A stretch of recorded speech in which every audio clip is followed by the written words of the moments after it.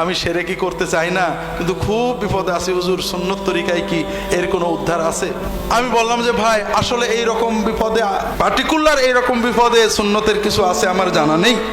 তো মানুষের জুলুম থেকে বাঁচার জন্য, মানুষের ক্ষতি থেকে বাঁচার জন্য কিছু দোয়া রাসূলুল্লাহ সাল্লাল্লাহু আলাইহি ওয়াসাল্লাম বলেছেন।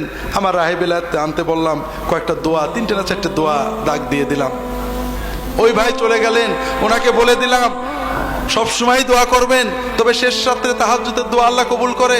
যদি সম্ভব হয় শেষ রাতে উঠে তাহাজ্জুদের সাজদায় তাহাজ্জুদ পড়ে হাত তুলে 5 ওয়াক্ত নামাজের শেষে সালামের আগে দোয়া মাসুরাই, সালামের পরে আল্লাহর কাছে এই দোয়াগুলো বলে কাঁদবেন, হয়তো বা আল্লাহ ছাড়িয়ে দিতে পারে। মাসখানেক পরে ওই ভাই এসেছেন, বলছে যে হুজুর আলহামদুলিল্লাহ, গতকাল না পরশু বললেন যে আমার ওই ডেভেলপার হঠাৎ আমার দরজায় এসে বেল দিয়েছে, খুলে দেখি লোকটা দলিলটা দিয়ে কিছু না বলে চলে গেল। আমি বললাম আলহামদুলিল্লাহ, খুব ভালো কথা।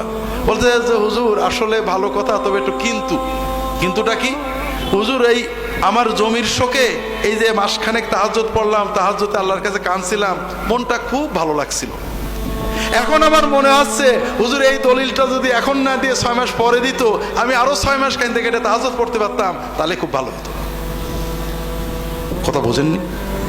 দুনিয়ার জন্য কাঁদতে কাঁদতে মালিকের কাছে যখন দুনিয়ার জন্য কাঁদবেন, দেখবেন যে কি মজা লাগে। দুনিয়ার জন্য কাঁদতে কাঁদতে আল্লাহর ওলি হয়ে যাবে।